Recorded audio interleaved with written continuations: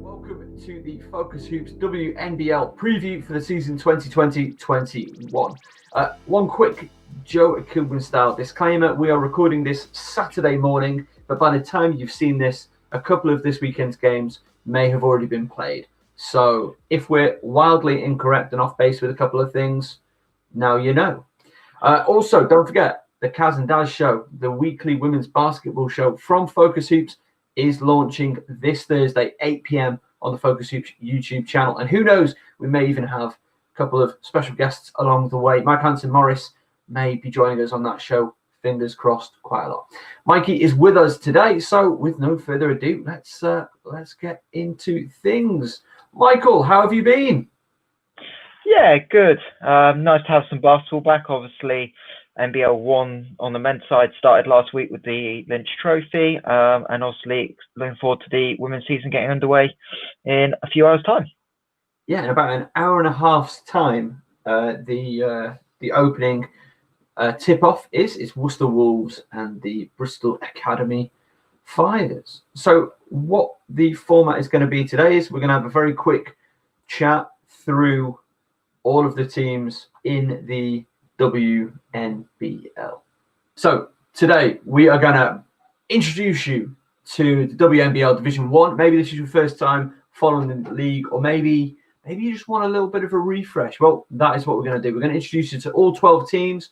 We're going to introduce you to the overview of the league, and maybe have a little conversation about what has changed in the light of the current situation in which we all find ourselves. So, Michael, obviously WNBL D1 Coach of the Year last year, just gives a little bit of an overview or a flavour of maybe what a fan can expect from this league as a whole in terms of what they're going to see on the floor, etc., and so on. And then we'll talk about the overall structure.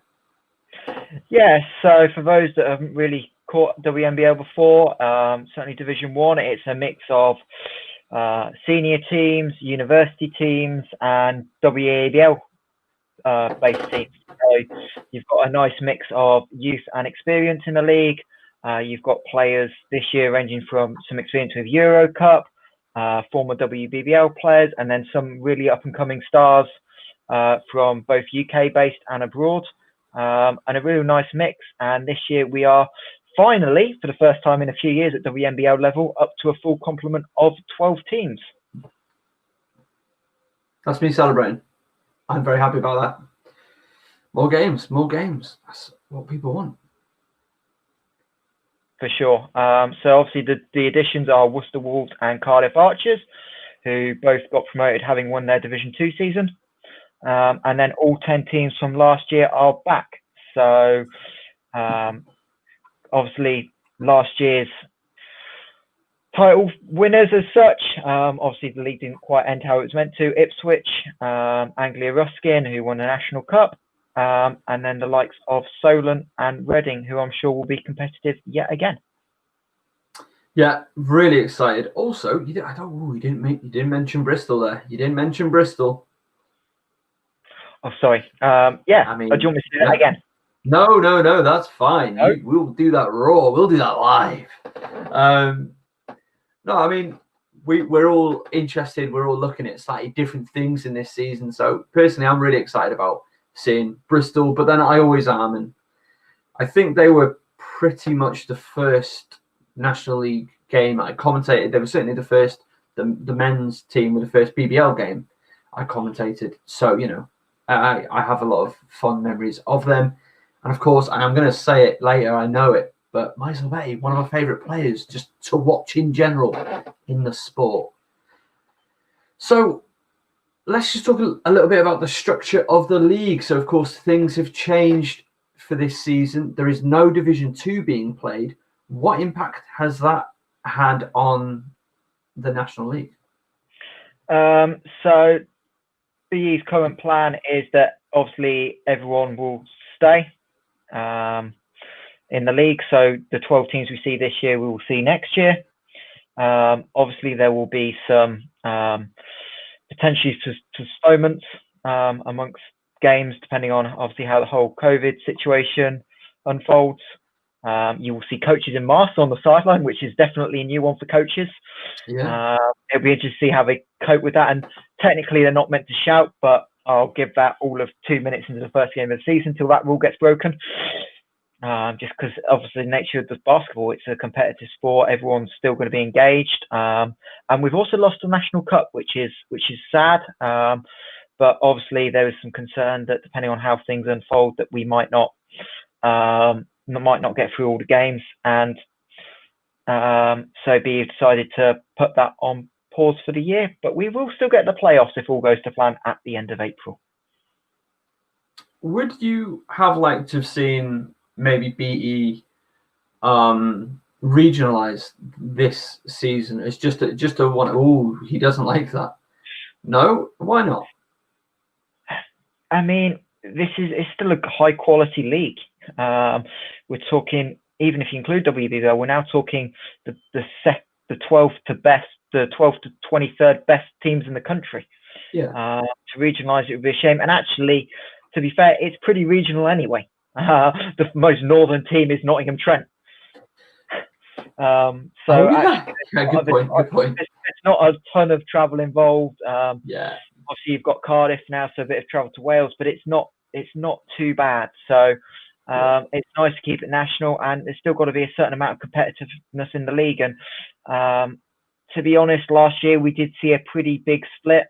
7 teams could kind of, on their day, be super competitive, and the bottom 3 teams struggled. Yeah. So to try and cut that down even more would be a bit of a shame. So I'm glad they've kept it how it is. And it should be a competitive league, even if we don't know everything about what we're going to see. That's fair enough. I was just thinking about, again, the current situation in which we are living, and, obviously north-south playoffs or east-west, because it's easier to travel up and down in this country than it is side to side. But people aren't ready for that conversation, and I don't understand it. Okay, so that's the overview. That's the structure. No relegation. We still have our playoffs. We're still going to have 8 playoff teams. Am I correct in that? Yep. I am correct in that. So hopefully we'll have a finals day taking place. Traditionally, it takes place in Manchester. I'm not too sure what the league's plans are this season. And to be honest, I don't know if anybody knows what anybody's plans are for April, May 2021. So let's jump into it then. So let's just get our disclosures out of the way early. We're talking about Anglia Ruskin University, one of the elite teams in the WNBL over the last 2-3 seasons. Firstly, I went to Anglia Ruskin University as a student. Let's just get that out of the way. Secondly, I am their commentator for this season once again with FocusHoops, and I'm really excited about that. And it's where I've cut my commentary teeth. Of course, I commentate with the London Lions and with the National League, and the Lancashire Spinners have done some work for, and hopefully going to do more and more around the place. But this is a club that obviously I'm familiar with, spend a lot of time around, talking to, watching their games, etc. and so on. Obviously, you were the head coach for the last 2 seasons, coach of the year last year, and that has been a coaching change. Let's just say that. Yes, so Jacob Lloyd has come in and has taken over from me. So that will be a change, and I think it'll be interesting to see how it does. ARU seem to have lost some pieces. We've not officially heard a roster, but there's been some rumblings going on, and it looks like they're going to play a slightly different style this year with the roster. So that'll be a good chance for Jacob to put his footprint in the program and continue from a successful year last year. Yeah, from a very successful year last year. So we alluded to it at the start.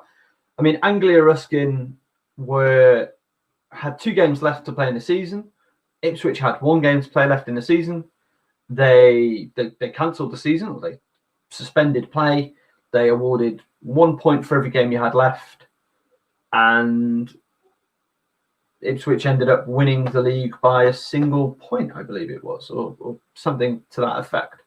Very unsatisfactory end. I think We've spoken about it before, but Ipswich were champions, and they were a hell of a team last year. Anglia Ruskin also a hell of a team last year. It would have been great to see, because who was the deciding factor? The Reading Rockets. They would have been the queen makers, I suppose it would be, because women, queen, king, whatever. They would have decided where the title went had the global pandemic struck. So interesting, lemon, interesting.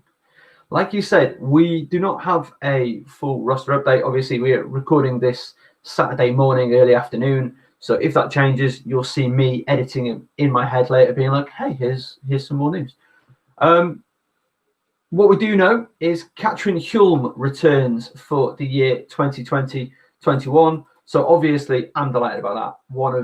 One of the best players consistently year in, year out in England. Two-time playoff MVP, and I think a real standout player in last year's cup final as well. MVP went to Matt Homily. Watching the tape back, it's like, yeah, fair enough. The numbers were just outrageous. So that's a really fantastic returning player. Some really exciting additions as well, as we understand it. Courtney Gray, formerly of Oxford Brookes and Thames Valley Cavaliers, joins. They've also signed a Division 3 guard, Autumn Callis, which again, really exciting to see D3 talent coming over here. Mads Homily, D3 talent, arguably one of the best players in the league in the last couple of seasons. Ariel Jackson, one of the very best players in the league we've seen for a couple of seasons, both D3 talent. And I'm going to let you tell us about the other addition that we definitely know about. Oh, how nice of you. ARU have signed one of my former players from Nottingham, Lisa Greenway, who was at Barking last year. So she'll be another addition to the roster, which makes the roster quite guard heavy, or very guard heavy. Obviously deciding to downsize from Mads being a 5, or Madeline Homily, and Autumn Callis is more of like a 2 guard. Real good scorer. She's come from Carthage College of the CCIW, with 8th in the country last year at just over 3 3-point makes a game. Average just under 18 points a game. Highly dynamic scorer. Kind of reminds me a little bit of Yasmin July in terms of the skill set. Can kind of score from the perimeter. Can kind of drive. She is a righty, not a lefty. That'll be the differential for those two. And yeah, it'll be really interesting to see how she fits in and how that style changes. Because really our strength last year was the fact that we had so many perimeter options, but with some of the departures from the Anglia Ruskin program this year, they're definitely going to be a lot smaller. Yes, and that certainly had and I raised an eyebrow when I learned of Autumn Callis joining. Not that she's not looking like a real talent. Really excited to see her and of course commentate her and hopefully get a quick interview with her this week. But because where Anglia Ruskin were really strong last year was in guards, in perimeter play, and tricky guards that can get inside. Noah Sanchez Marquez being a real standout in my mind when I think Anglia Ruskin guards. I mean, I think this could be a real standout year for Noah. But very excited to see. If you're telling me that we've got another Jasmine July, and as I always say, famously I say this, what's better than Jasmine July? 2 Jasmine Julys. So do you know what? As the famous expression goes, I'm intrigued to see what happens. But it is going to leave a lot on Katrin Hulme's shoulders in terms of, working in the in the post. So I'm intrigued to see what this roster's looking like. It looks like there won't be a Mariana Madaloni for this season or a So Kutsaralaki, unfortunately, which is a shame because those two have been a real foundation point of this roster. And also with Kutsaralaki, that's an assist machine right there. that ARU have lost, but maybe another guard coming in, maybe that is going to counteract that. Mikey, what do you say? I'm rambling right now. Yeah, it's interesting. Obviously, I think Yaz is a bit of an odd one. She had the eye injury literally 24 hours before the season started last year, and it really set her back. But it was really coming on strong towards the back end. Had a 30-point game towards the last year for in the Bucks. What was the final game of the year in Bucks? And I'm sure her numbers will go up. This is her last year in the program.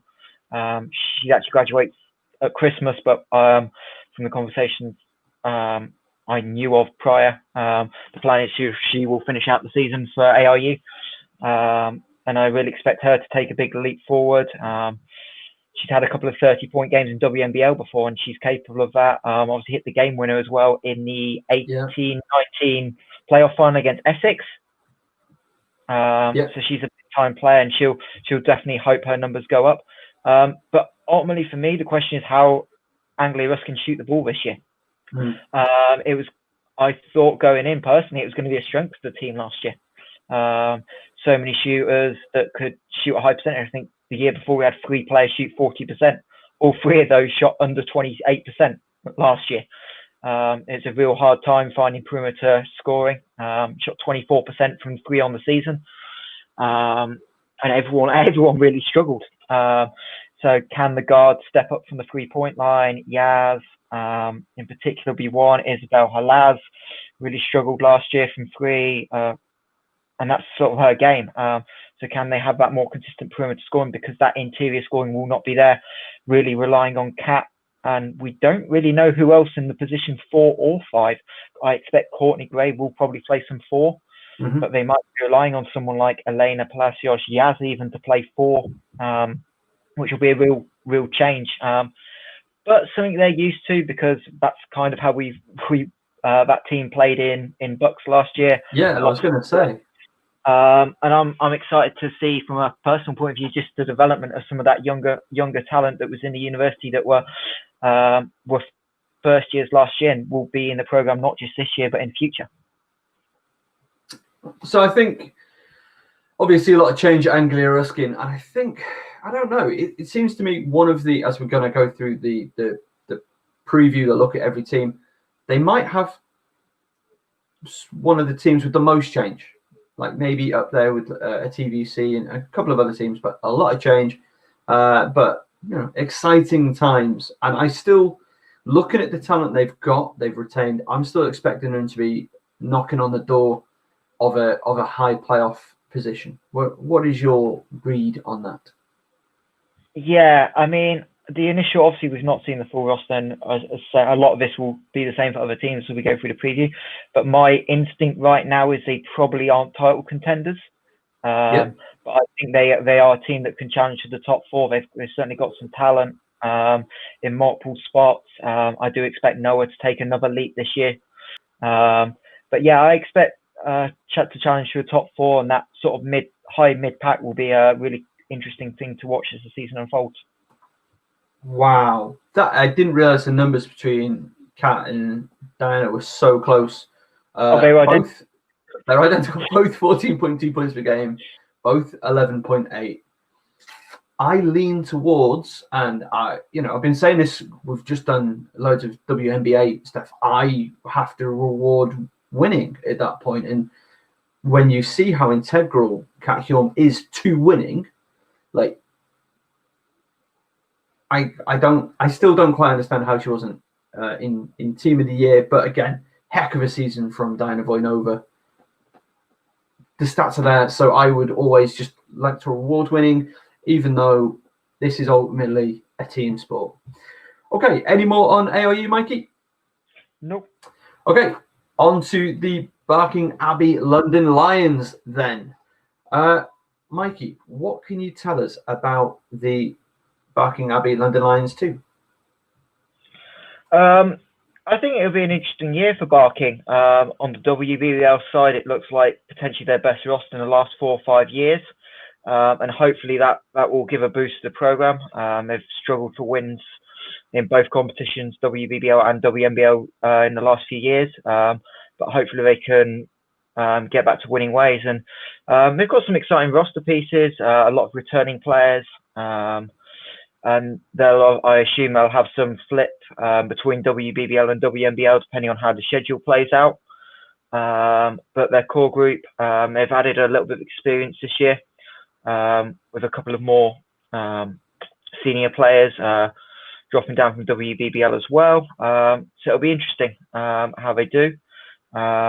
But certainly they've got some talent to be competitive, and I'm sure they'll be looking to challenge for a playoff spot at the end of the season.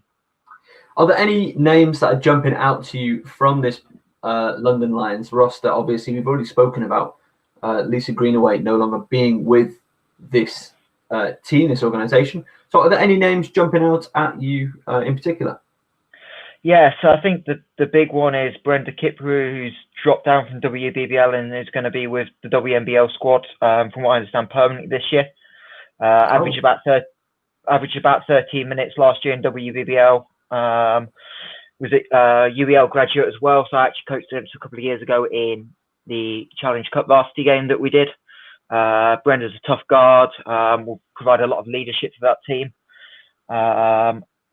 It'll be interesting to see how often she scores. I think that's going to be something she doesn't often do, like at a high level. She averaged about 4 points a game, I think it was last year WBL. But with this team, she'll probably look to get that into the 10-12 range. And then they've got some exciting return players. Fatima Jenna is one of the younger ones. Won the WNBL under 16 Cup last year. She's listed WBBL on their roster, so I'll be interested to see if she plays down a little bit. But their two main real pieces is Anne Shear, who shot 31% from three last year, shot nearly 10 threes a game. Everyone in the league knows she's a shooter. One of their leading scorers from last year. I think she's third in scoring for them. She is back. And then Tian Oma-Jones. She missed a lot of time with injury and other things last year. But when we played them in Barking, when I coached against her Barking in November, she jumped out when I put the tape on for the scout. I think she's got a real upside to her. She's quite raw, but when she did play, she averaged 11.5 points a game, nearly 40% shooting, and she's kind of a 5'11", 6'4". Can rebound the ball really well, athletic, and she's going to be one I've certainly got my eye on this year. How do you see their season going? It's interesting. I think the league's going to be super competitive. There's obviously a lot of unknowns from training and things and how much prep time teams have had. I think having that academy basis, and we'll touch upon it with some of the other teams, might have an upside this year. They are going to have that consistent training. They're going to spend some time together. But I think I just struggle to see that top-end talent really pushing through. Kind of similar problem they've had. So I think they'll look to improve on last year a little bit. Obviously, it was a bit of a struggle. They averaged about 60 points a game. Yeah. And they were the worst team in the league defensively last year. So they've certainly got some areas to improve on. But I think they'll be looking to challenge for that lower-end playoff spot, try and pick up 5-6 wins and maybe sneak into that 8 seed at the end of the year. They've been an interesting team the last couple of years, the Barking Abbey London Lions. And I wish they'd have been able to take a couple of players from the from Team Birmingham from a couple of seasons ago. I understand it's not so easy, but I'd have liked to have seen what a couple of those more veteran players would be able to do with this very young core, because I think their average age is under 17. I think it might be 16 and a half, 17 or so, with a couple of over 20 players bringing that up just a skosh. So a very young team, very excited to see what they can bring. Okay, so moving over now to Bristol and the Bristol Academy Flyers. Now, Mikey, I don't know about you, this is one of my favourite teams in the league to watch. They have been for years now, and they have assembled a fantastic roster. They've brought back a lot of pieces. They've introduced a couple of pieces, a couple of players I just want to mention quickly, because I know that you're going to have loads to say. Maisel Betty is back. One of my favourite players in, I'm going to say it, this might sound hyperbolic, and I frankly don't care. One of my favourite players in the world to watch. Absolute. Every time I see Zil Betty, it's a good time. Lisa Jewell is back as well, as is Flo Ward, Hannah Wallace, Eugenie Silver, loads and loads of those names that, have caused Anglia Ruskin, in particular, a lot of trouble in the past, and the rest of the league. I don't know. I think Bristol are going to be one of the teams to watch for this season for sure. Mikey, tell us what you know. Yeah, I mean, you kind of hit the nail on the head there. Bristol have really only lost one major roster piece from last year, which is Megan Stroud. Outside of that, they bring everyone back that averaged more than 3 points a game for them, and that was 8 or 9 players. And then they've added some experience. Obviously, Lisa Jewell sat out last season, but was around multiple Flyers games. I think both times we went to Bristol, she was there. And then they've added some young pieces as well from Exeter. So it'll be interesting to see if some of those make the step up. A couple of under-16s even, that have been with the Exeter Spartans program. And then they've also added a Nigerian, Veronica Awine, and then Chloe Hynett from Worcester, who's just graduated from the University of Worcester. So they've added a couple of really nice pieces to the roster, and I certainly think they're a team that will probably have their eyes on the top 4 finish this year. Now, of course, you would have coached against Chloe Hynett last year. What can you tell us there? She's going to shoot the ball. Chloe's one of the better shooters on the Worcester roster last year. Does multiple things well, but was a real fundamental piece for that team that got promoted into WNBL. I know it's a pretty big loss for Ryan, and I think when it got announced, there was a little bit back and forward. That I think Ryan said, don't expect to catch the ball, and obviously they play each other today, so that'll be interesting to see how that squares up. But the depth, especially in the backcourt of this Flyers roster, is a real strength. Flo and Zabaleti, is probably one of the better guard combinations in the league last year.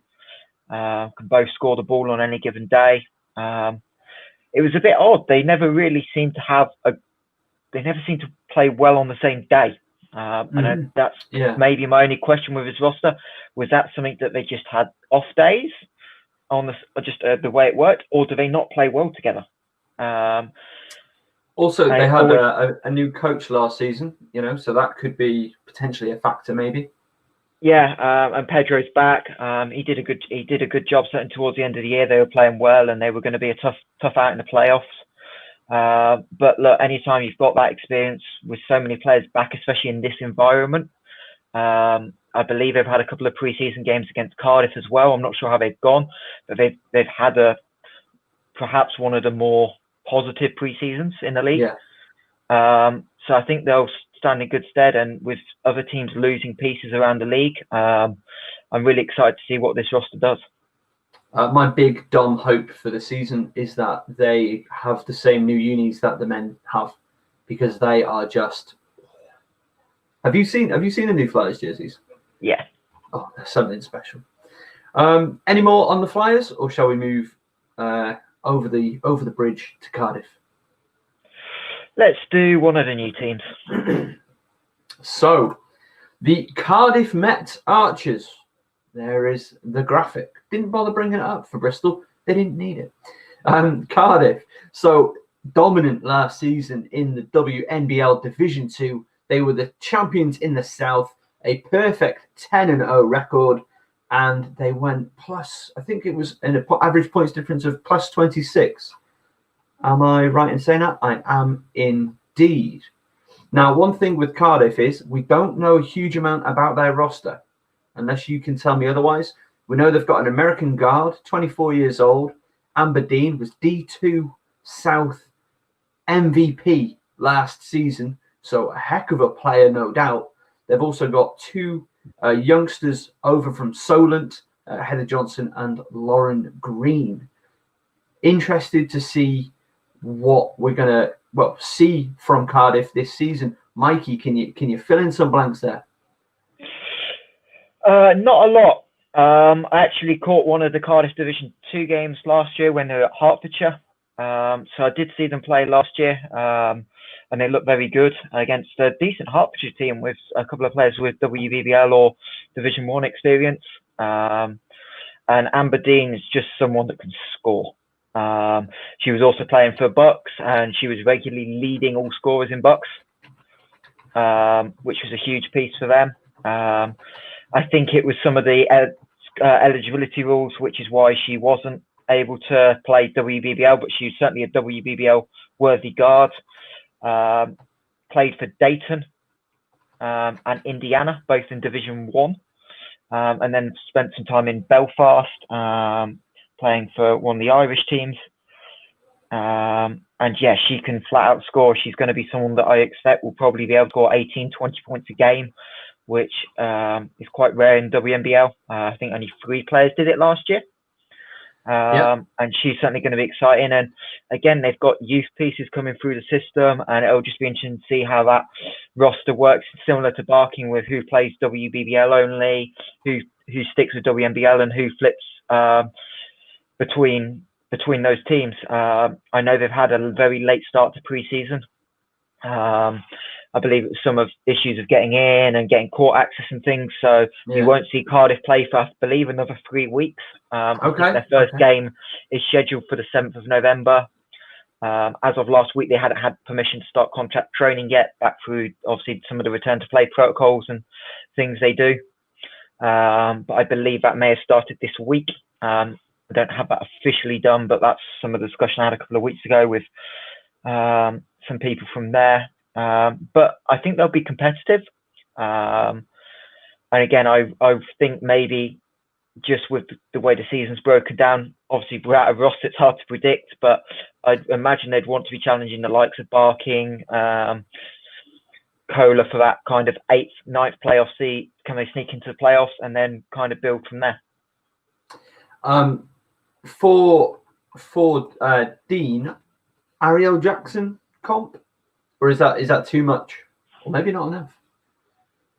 That's a good question. I mean, I've only seen Amber play once, but she had some good numbers in college.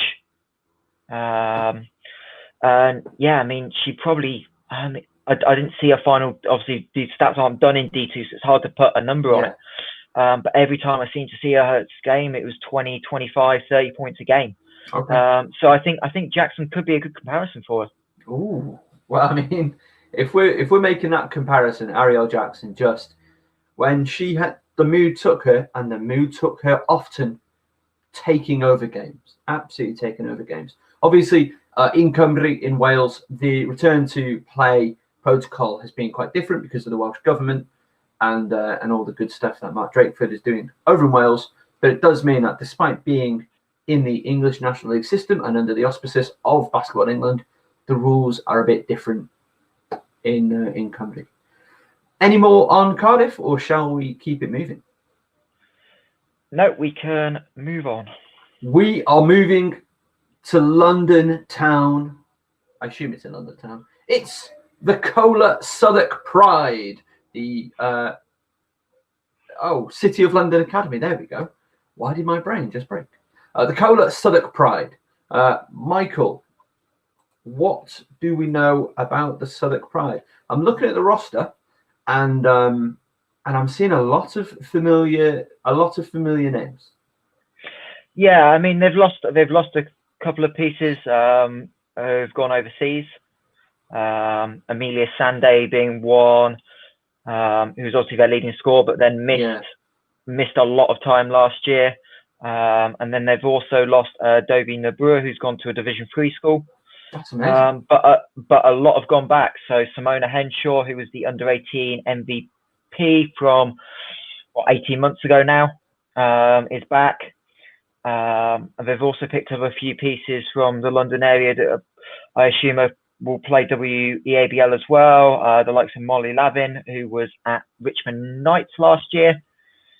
They've retained Zainab Yellow, who is a player that stood out to me a little bit in the games that I saw of Southwark Pride last year. Yeah, and then Emil Black as well, who certainly grew late in the season. But yeah, they've got a decent amount of returners. You always, the same with a lot of the academy programs, you always get that roster turnover. But the one thing you always know about a Jackson Gibbons-led team is they're going to be tough. They're going to be pretty strong defensively, and that's something we've seen over the years. And really, it's the scoring that's been a little bit more difficult. They only scored just under 51 points per game last year, and ultimately in senior level, that's not going to cut it. They shot 18% from three as well, and there's certainly areas that they'll look to improve on. But yeah, they're always a tough out because they play tough. They're generally pretty good defensively, and Jackson always got his team playing with a lot of energy. So it'll be interesting to see who can step up and be a bit more of a consistent scorer.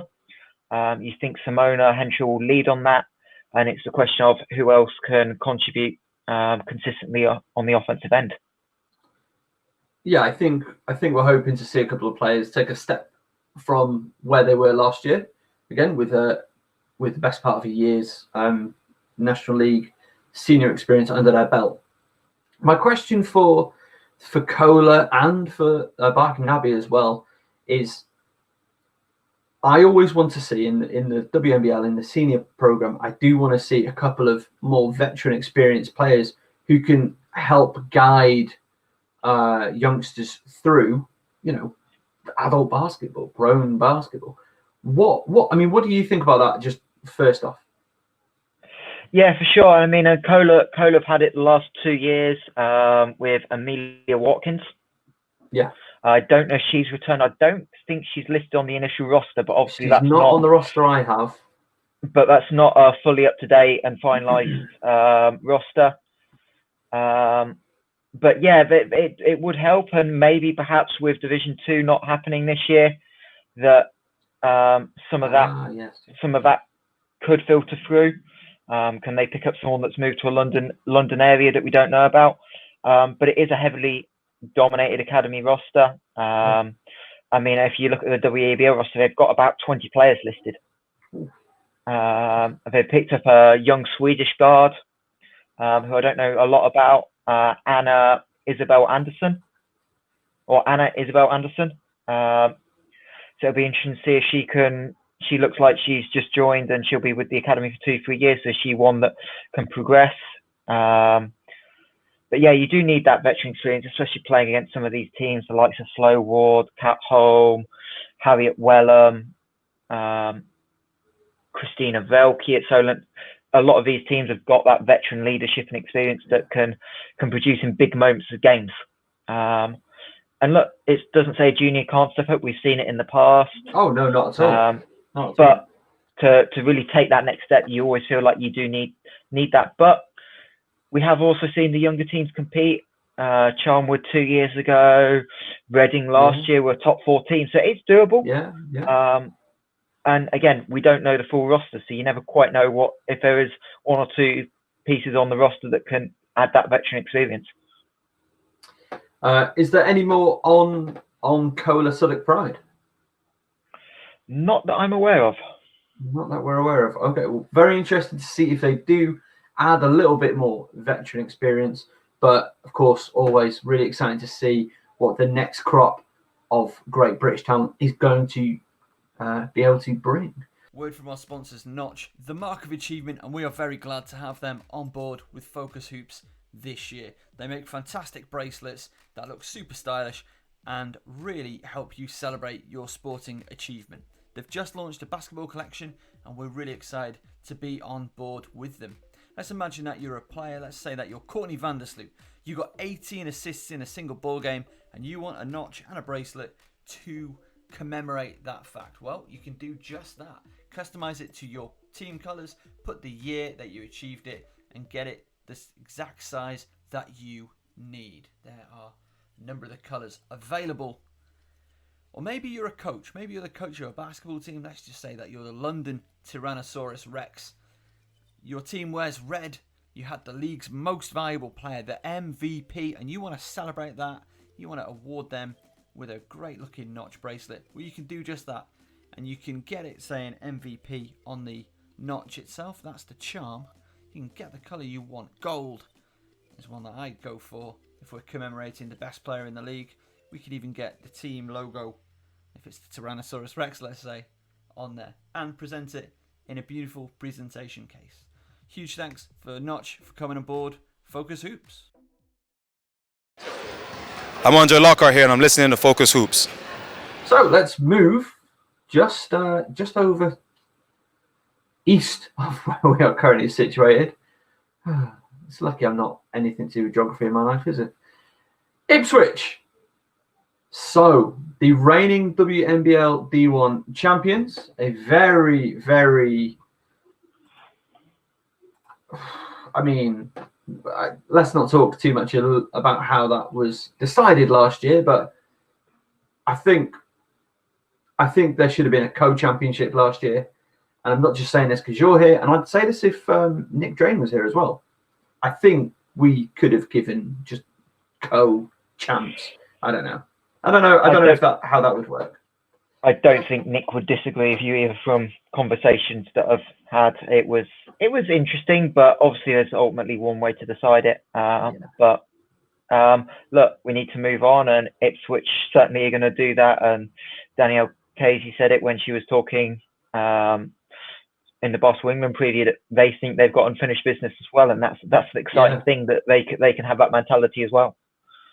Absolutely. And again, I think so. This is the second season we're going into where the champs have a little unfinished business, because the year before, of course, Bristol would, let's be honest, from my point of view, I think Bristol had it sewn up and were more than likely to win it. But we never know, because they didn't get to play that final game, and anything can happen in that 40 minutes between the lines. So who knows?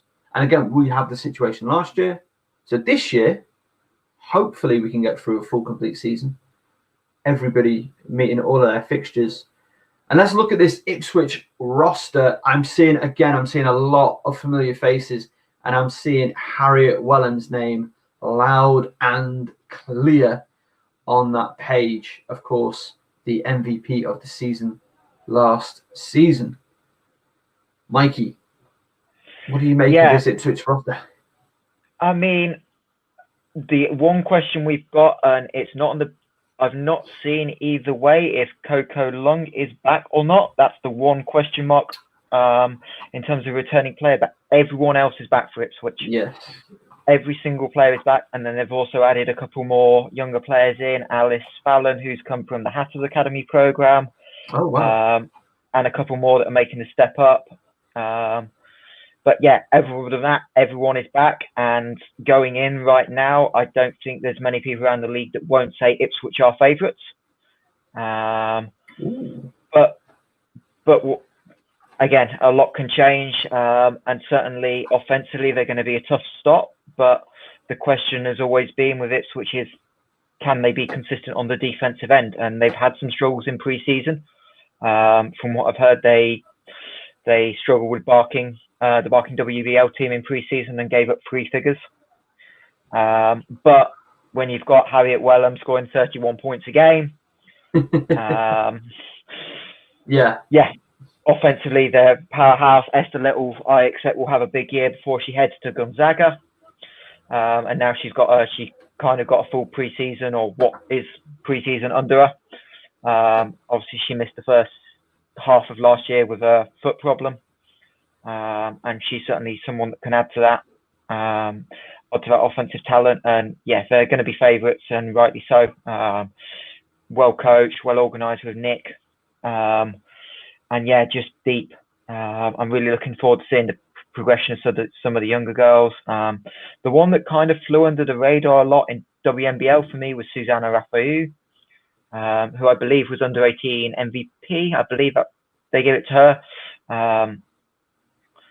She only averaged 6.7 points a game last year. But for me, she can do so much. And I was talking to someone last week. I think she's maybe the best rim protector in the whole league in terms of the way she stays vertical and takes a lot of those things away. She's a good rebounder, and can really stretch the floor, as can really the whole Ipswich team. That's their style, and what they're known for is being able to stretch the floor from the perimeter in all 5 spots. And yeah, they're just a tough out. They shoot the ball consistently. with so much depth. I mean, they shot 31.5 threes a game last year. When they're making nearly 10 at 32%, that's always a tough thing to match. Yeah. And it's kind of a weakness in the league, the 3-point shooting. But Ipswich are so not reliant on one or two people to do it; they can all do it, and that makes it so difficult to prepare for. Yeah, let me just take a moment on the league as a whole. If you are one of these people who has fallen out of love with NBA basketball, let's just say, because it's all threes and under the basket, you want to get yourself a little bit of WNBL action this season. Maybe with the exception of Ipswich, because like Michael's just said, they do like to let it fly, but they can just do a little bit of everything and really stretch the floor and play a good up-tempo style. But if you're a little bit of a basketball purist, WNBL is going to be for you. You're going to love it because as I said a lot last year, the mid-range is alive and well in the WNBL D1. Mikey, anything more with Ipswich? You say they're your favourite for the title, are they? Yeah, I mean, I think they've got potentially a chance to go undefeated. It's going to be difficult. There's going to be some matchups, but again, they only lost 2 games last year. It shouldn't come as a huge surprise that it's possible. And look, they scored 88 points a game last year. That is mega, isn't it? And with everyone returning, except maybe Coco, there's no reason that they haven't got a chance to put up 80, 85 a game. And there's not many teams in this league that can do that. It is all about the defensive end. Can they make improvements? Because they were the 3rd worst defensively last year in points per game, giving up nearly 73.5 last year. But they play with that tempo, and that's the key. If anyone wanting to beat Ipswich is, can they stop Ipswich's transition offense? Because that's where they were so lethal. Leak outs, pushing the ball ahead. And they've got so many players that can take it in limited, like 1-on-1, 2-on-2 situations, take it strong. And that's how they got to the free throw line as well. So if you can slow Ipswich down in transition and they have an off shooting night, that's kind of the recipe to beat them. But that is so difficult to do. I'm not too sure who my favourites are for the title. I think Ipswich are a heck of a shout. I think I'm leaning towards Bristol because I don't like to discount Bristol, but I've not considered it properly as yet because I'm not like you, Michael. I'm not a big spicy take guy, but here you are. All right, we move on to the renamed, actually, Leicester Riders II, which personally I like. I quite like the fact that they're now just Leicester Riders II as opposed to like Student Riders or any of these other accoutrements. Leicester Riders 2. Again, looking at their roster, I'm seeing quite a few familiar names returning and a couple of names that I'm not super familiar with. Mikey, what is your read with the Riders, an organisation you have some familiarity with, I believe? Yeah, it'll be interesting. Again, they're very, very similar to Colin Barking. Had a rough year last year, but it's an organisation as a whole that's gone through a lot of changes. On the women's side, obviously Jesper stayed at WBBL level, but pretty much the rest of the women's coaching staff has gone. So Alex Haley has moved to Nottingham, Ollie Parr has moved on having graduated, and obviously Krumesh, who oversaw the whole women's programme, has moved on to Sweden. So they've gone through a lot of changes. They've got a new academy head coach in who is Spanish. So he'll be taking the reins of the National Division 1 programme. And roster-wise, yeah, it's a mix. They've lost a fair few to the States. The likes of Hannah Dawson, who was mostly with WBBL last year. Alex Baker's moved on. A lot of these to the States. But then they've got the likes of Molly James, who's returning, who I think will probably lead them offensively. And then they've also picked up Katie I'm going to say her name wrong. Katie Juneska from Derby, who in her one appearance against the Division 1 side last year looked very good. That was actually against us in the WNBL Cup quarterfinal. I can't remember how many points she put up on us, but I think it was 20 plus. I think it was about 20. And she looked very good. She's been training with WBBL as well, straight off the bat. So it'll be interesting to see how she shapes up. But for me, it'll be interesting just to see how Charnwood, if they change styles, because last year didn't really work for them. They were heavily reliant on the three and just couldn't seem to buy a basket. They shot 20.7% from three on the season, which just isn't going to cut it at any level. And do they move away from that and try and balance it out, or do they continue that style? That's really interesting, because really it's a bit of an unknown with such a big change on the coaching side. You know what I'm going to say? I want to see just a handful of those players that are a little bit older, have a little bit more experience, and are, can play at both levels, WBBL and WNBL. Just playing a couple of, just to support the development of younger players, but also to add. And I'm not taking anything away from these players, and maybe after last year wasn't representative. Is that building work in your place again? Yes, it is. So, okay. Now, you know what I'm going to say about this roster. Again, another very young roster, and that's excellent. And a lot of the players have that year under their belts. So I think we're going to see more from them this year, hopefully from the Leicester Riders too. What I always want to see is a little bit more veteran experience and leadership. Maybe a player who's had some minutes at WBBL level, dropping down to give a little bit more support and maybe help keep this team closer in games than maybe they were last year. They had a couple of wins last year, but it was a tough season. Go on. Well, I'm going to throw one out there, and I don't know because there's nothing being announced, but I believe there is an American who has gone to Loughborough University to do a master's, who potentially because I don't know I've not seen her announced for WBBL, so actually she can't be announced for WBBL because she's come from Division 3. So I don't know if this program is going to go move in direction. We're going to use some Loughborough University students as well, in which case, if they do, and I'm right, there is a senior from Whitman College called Makana Stone, who averaged 15 and 8 last year. And she will be someone that will be a dominant player in this league if she plays. So that might be the route they go, or if they just go with the Charnwood kids, we are yet to see. That's always really exciting. The WBBL and the Home Office and whoever need to have a sit-down chat and say, D3 players, they are good enough to play in our top flight in Britain because they have more than enough talent. Okay, are you honestly trying to tell me that Mads Homily won't be able to cut it at WBBL level? Come on. Ariel Jackson, she would be fine at WBBL level. I'm not going to say that she's going to scorch people, but she's going to scorch people. She might not scorch the entire league like she did National League, but still, they're going to be just fine at that level. We need to fix that. I'm excited about this, your mystery American of Stone, because D3 is a heck of a level. Go on. She's going to be good too. If I've just pulled up her college number, she averaged last year in 15.9 points per game. She shot 53.6% from the floor, 8.6 rebounds per game. I know you just briefly mentioned Mads. She's that type of player. I assume I don't know how tall she is, but I assume she's 6'1". And she's played in a really good conference. Whitman's a very good Division 3 program.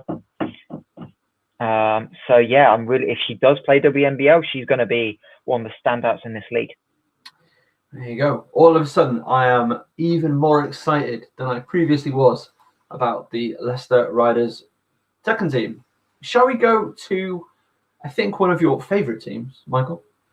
Nottingham Trent University. I say that because it seemed like every week last year or every other week you were playing Nottingham Trent University. I think I personally saw them play maybe 4 times, which is like London Lions and then ARU, then Nottingham Trent is my order of who I saw most last year. Roster details. You're going to have to fill in some blanks here because it's currently, I have 6 names in front of me, and I can't imagine that's the whole roster. A lot of returning names. Bray Ashton is back for another season, so really excited to see how she goes. And another one of my favorite players to watch, Inez Guerreiro, Arshamian, Victoria Gray, and Isabel Burberry also amongst the returners from last season. So I'm going to throw it over to you, my friend. Yeah, obviously the big news for Trent is Ariel Jackson's not returned. Obviously the third leading scorer in the league last year, 22.5 points per game. Really dynamic score. But Vicky Gray is back, and she kind of went under the radar last year. I don't think there's a lot of talk about it, but she was 4th in the league in scoring in the end. She averaged 15.6 points per game. She was a high volume player, took 16 shots a game. And yeah, Vicky has always been known as someone that can score. So she's back, and that returning core is good. Isabel, Bray have all got WBBL experience at Wildcats, and someone that will be joining that Wildcats, ex-Wildcats now at Trent, will be Michelle Bradley. She'll be joining the team, I believe, in January. She'll be a late starter. Don't know if that's quarantine or other plans, but Michelle will be joining the roster. Evie Decker is back, who's was one of our X Factors going into the Cup final last year, a lefty shooter. And then they've added, talking of Whitman College, Maddie Burnett, who again will probably be looking to replace Jackson in a type of like-a-like situation. I've watched some tape on Maddie. I actually caught one of her games by accident when doing some other things towards the back end of the Division 3 season during the first couple of rounds of their tournament. They actually got the D3 tournament started last year before the lockdown happened. And Maddie is someone that is going to score, and I think is going to be very similar to Jackson, and it's going to be a really exciting addition to the league. Again, if you're throwing out the Ariel Jackson comp, and we saw what she did in both competitions. I'm going to say both. I mean, WNBL and also in Bucks competition, heck of a player. So if you're throwing out the Ariel Jackson comp, I'm excited. Really looking forward to seeing Trent. They were supposed to be playing Anglia Ruskin today. That game has been postponed to a later date. We're not really doing predictions. That's not what this is about. It's just a bit of a get to know the league, get to know the teams. But where do you have an idea of what you expect from Trent this year? It'll be interesting. I have, in some conversations, I've heard they potentially have some more pieces coming in. Okay. I don't have names, but potentially someone that could, I've heard potentially, if it happens, someone that could start for them. So we're probably at it, and that was kind of the thing. They were a little bit thin last year. They didn't have any size, and that was the weakness last year. And that is still the weakness of the roster with Isabel. She's the only one with some heights. If they can bring in someone in a 4-5 position, that would be huge for them. And I think they've got a chance to compete for a top 4 spot. They started slow last year in their first year in the league, but I think they were 0-6. They obviously made the cup final. And they're a team that could well challenge the likes of, with Bristol for that to break into the top 4. And I think it'll be a really interesting roster once it's all together. The question is who are the other pieces that potentially bring it in? Because right now they are probably 1 or 2 short. But if they bring in 1 or 2 more starters, especially with some height, could they challenge for the title? It's possible. Ooh. I mean, never say never. So I was lucky enough to commentate their their Division 2 playoff final the season previous, where they were just a wrecking crew on that day. They ran you guys close a couple of times last season. They were good competitive games. The score, you stretch your legs a little bit at the end with those games, but they were competitive every time I saw them. And that's the only thing I would say. They were a little bit short in terms of depth, but also, like you say, in terms of height. If they can pack out in those 2 areas just a smidge, they could be a really, really intriguing team this season. Any more on Nottingham, Trent, Mikey? Nope. Okay, moving on to the Reading Rockets. A very interesting team. They're always a very interesting and tough proposition. A lot of youth, but they've added a little bit of experience for this coming season. But my question to you is, how much have they lost? That, I think, is the key question for this side, as much as pretty much any team in this league.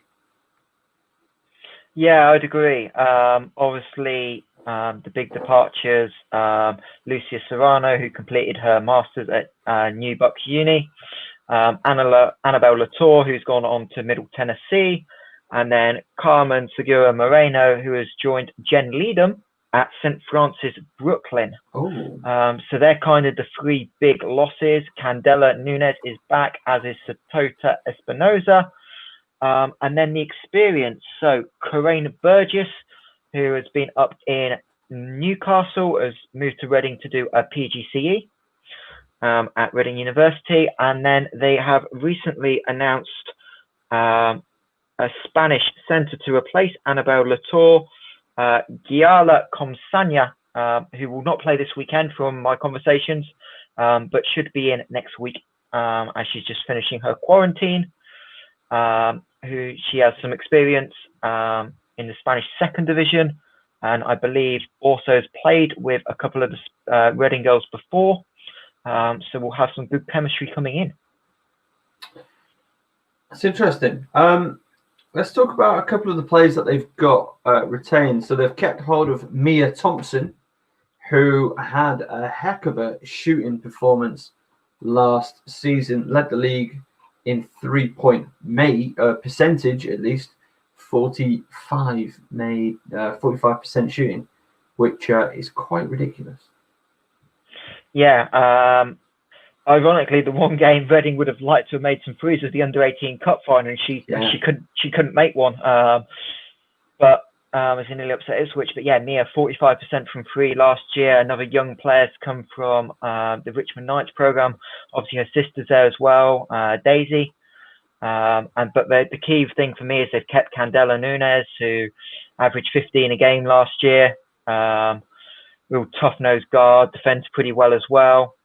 And I think last year I think from what everyone was thinking going in, having lost a considerable amount last year, thought the initial thought was they might struggle. But they did a great job. Kind of hard to say where they finished because obviously where the season ended, but potentially had an outside shot to finish third in the league. Joan did a great job. I mean, personally, I had a tough time choosing coach of the year between Joan and Nick. But I gave the edge to Joan just because of what they did. I think the kind of thought was they would potentially be a 6, 7, 8 seed. And they had such a great year. And it would have been interesting how that final end of the season played out with both ARU and Ipswich having to go to Reading to complete league schedules. So yeah, it'll be really interesting. And I think potentially, again, they're a team that may have a shot at top 4 once again. It just depends how the new faces come into play. So they've kept hold of Satota Espinoza. Now, have they kept hold of Lucia Serrano? They have not. No, Lucia's moved on. Lucia has moved on. So, I mean, the leader in steals last year, 4.5 steals per game. How do you live with that? They're top 2 in the league in terms of steals, both on this team, both over 4. Just wow, firstly. Just that's outrageous. Mikey, talk to me about their defense.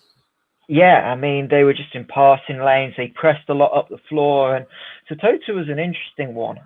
She only played just under 23 minutes a game.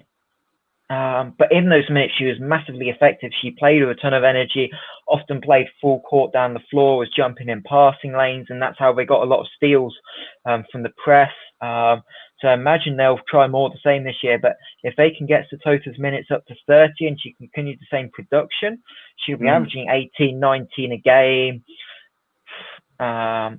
7-8 rebounds. She's a really effective player. She just didn't play a lot. She's got in a lot of foul trouble, especially early in the year, adapting to the referees and things. And she's a real X factor. And she's a dark horse for being a WNBL Team of the Year candidate for me. Oh, so I was going to say, based on what you were saying, I thought, is he going to go there? Is he going to say those 3 words, outside candidate for MVP? But a little bit away for you right now, or maybe? Yeah, I mean, can you really MVP? Can you really say anyone's going to beat Harriet Wellham if she scores 30 a game again?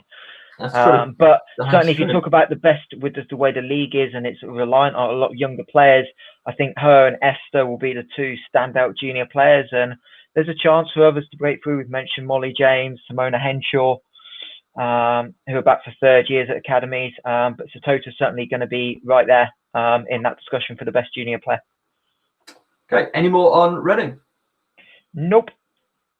Then let us move to the south, to that beautiful new basketball gym. And I still say new. It's still pretty new. It's the team Solent Kestrels. Returning this season for Team Solent, they're bringing back all the hits. Safi Jaju, Jodie Jerem, Christina Karpova, Christina Velke, Sonia Otieno, Chiara Di Stefano, and apologies if I've not mentioned your name, but just talent. And what's that word again? It's talent. What are we expecting to see from Solent this year, Michael? A title challenge. Definitely. That's what I'm expecting. Look, they've bought, again, very similar to Bristol. They've effectively returned everyone. Yeah. Only missing a couple of minor pieces from the roster.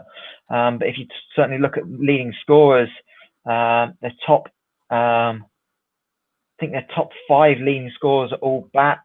Not sure if Sylvia Kante returns. That is one question I do have.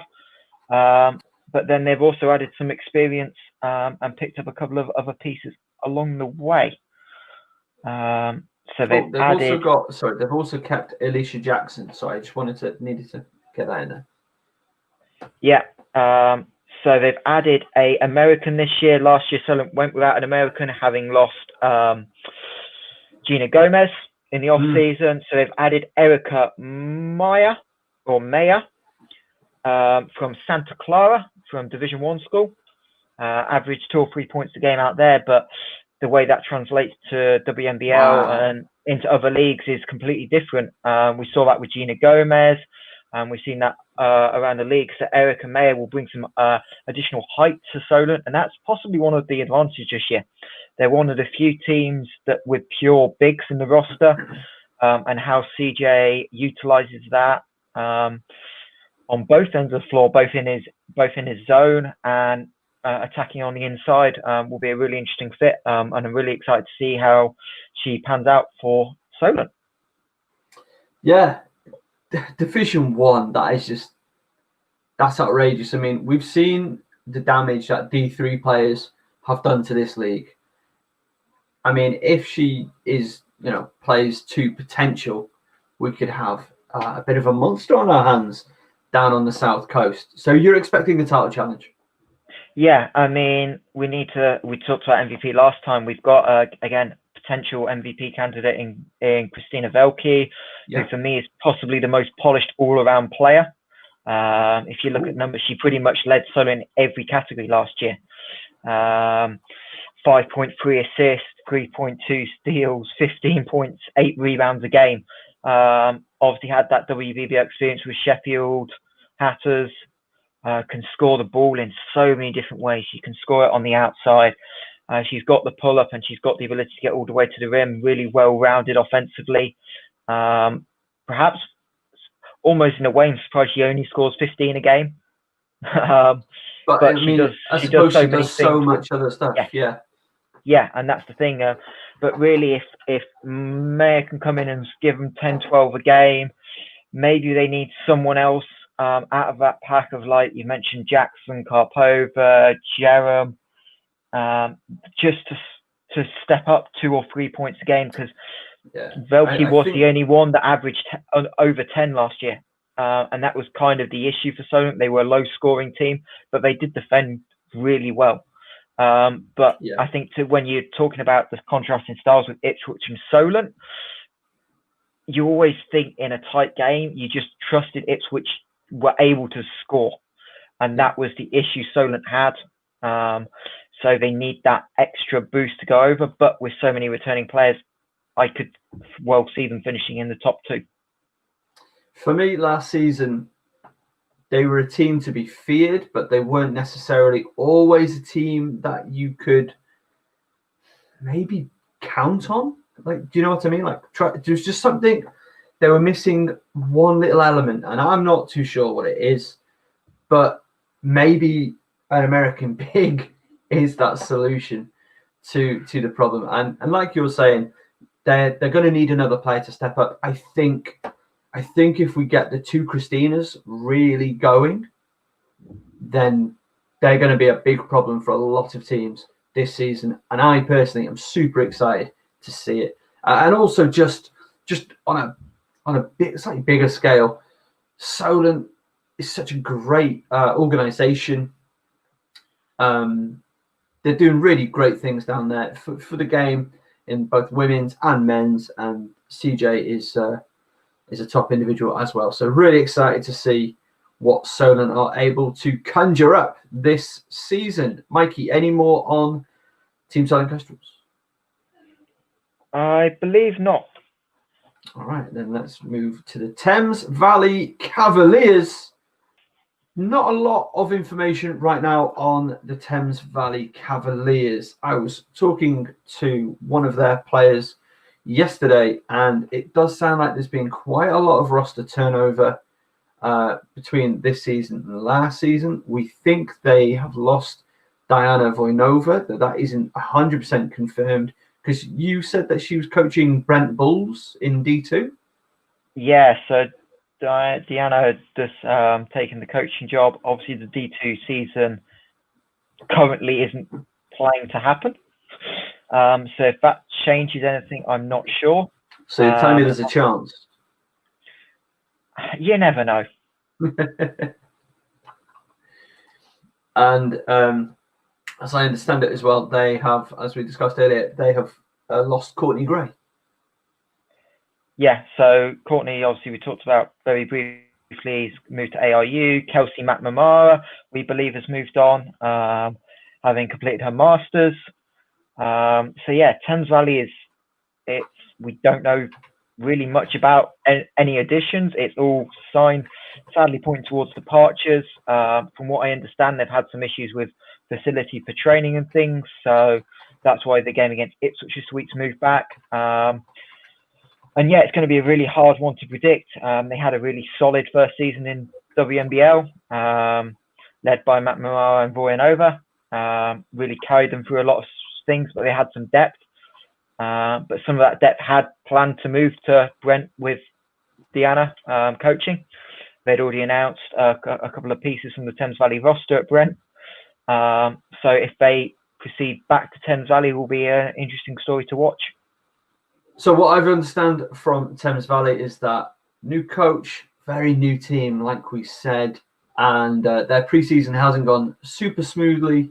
So it's a little bit of a let's see this situation. I wonder if we're going to see Cardiff with Thames Valley come into things down the road a little bit, and hopefully have a really positive, really strong season. I do know they have Emma Bush returning, so that's exciting because, again, another player that I enjoy watching, have done since her days at Oxford Brooks. Mikey, any more to be said on TVC? Nope, just a wait and see. Waiting TVC. Okay, that leads us on to the final team, the Worcester Wolves. That's right, Worcester Wolves. They are in the WNBL D1 for the season 2020-21. They absolutely... I don't know. They were very, very, very good last season. Obviously, champions of the D2 North with a 9-2 record. and they have a very interesting looking squad, including not one, not two, but 3 players from the beautiful nation of Cymru, Wales. So, always a fan of that, including players with international experience.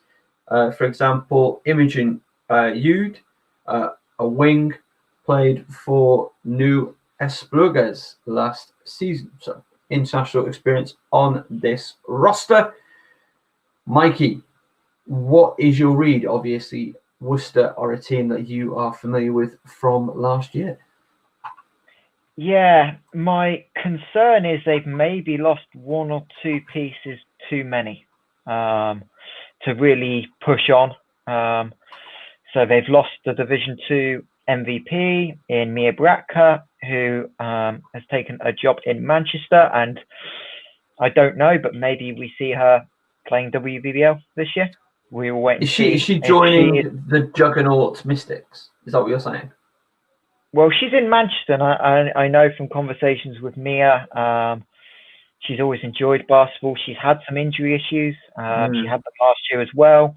But I wouldn't be surprised if her body feels good after some time off, that maybe we see her pop up at Mystics. She's played with the likes of Georgia and Ree before at Loughborough, and I was going to say she's played this standard before. Yeah. So obviously that's a huge loss for Worcester.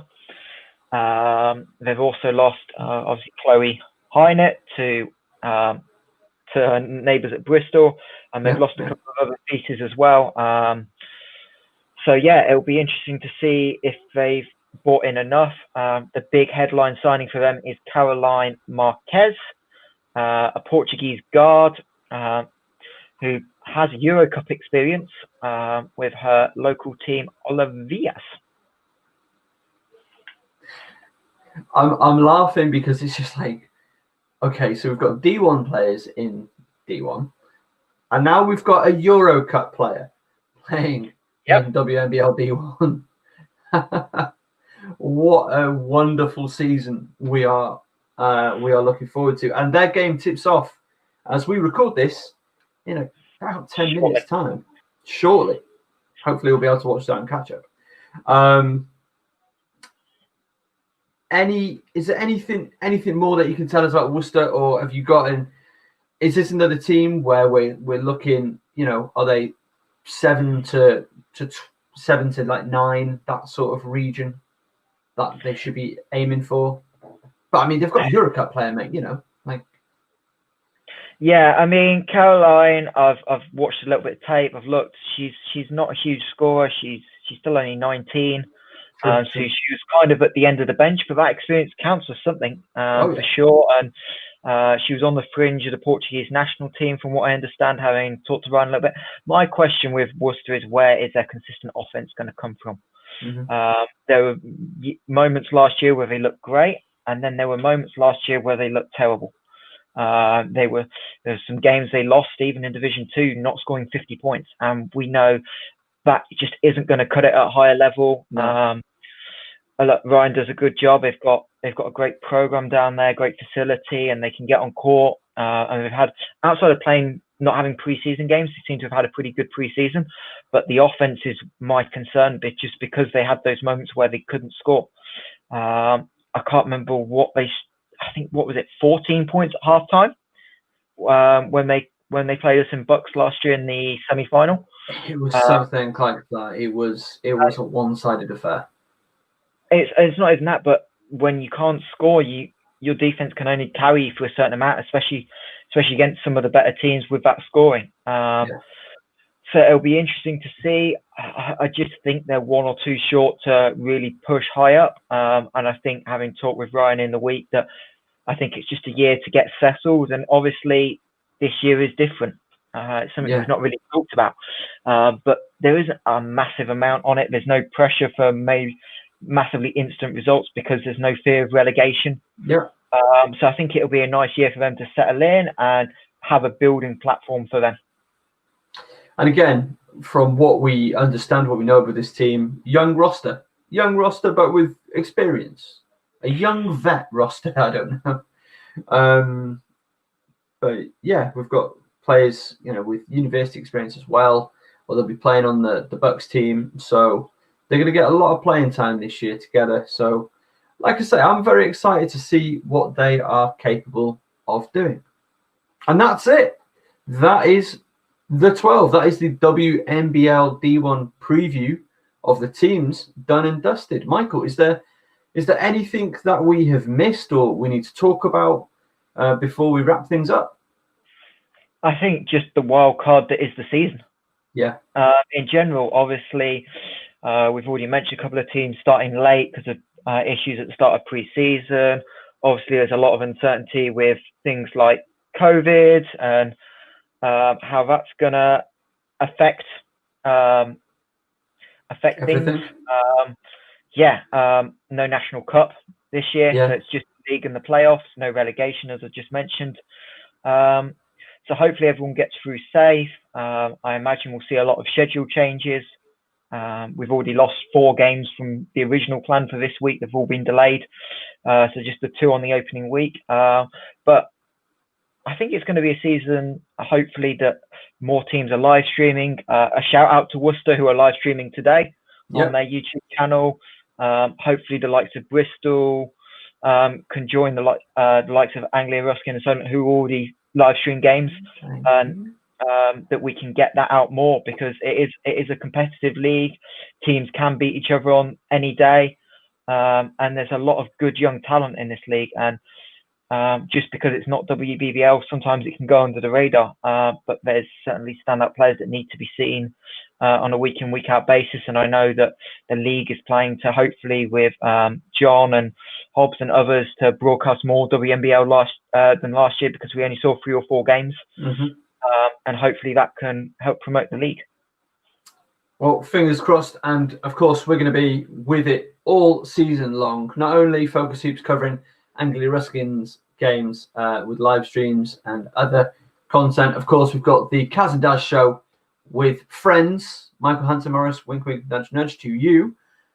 Starting this Thursday, we are going to be looking at European basketball, Argentine women's basketball. If you can find any information on that, you know what I'm about. You know what I'm like.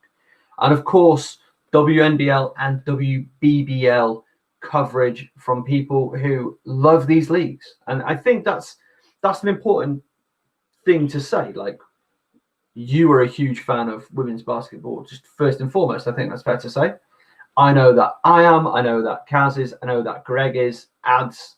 Everybody who's going to be involved in this project will be. So I'm super excited to get this season underway.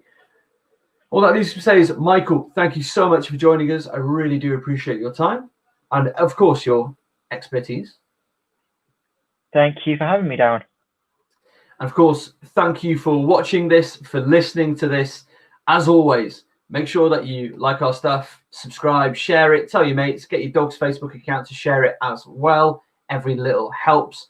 And put a comment. Let us know. Who do you think is going to win the National League this year? What players are you excited to see? Or any other questions and comments? If you get the questions in early enough, maybe, who knows, we'll be able to look at them, get them on the inaugural episode of the Kaz and Daz show this Thursday, 8 p.m. Facebook and YouTube, home of Focus Hoops. So, thank you all for watching. Thank you for listening, and we'll speak to you very soon.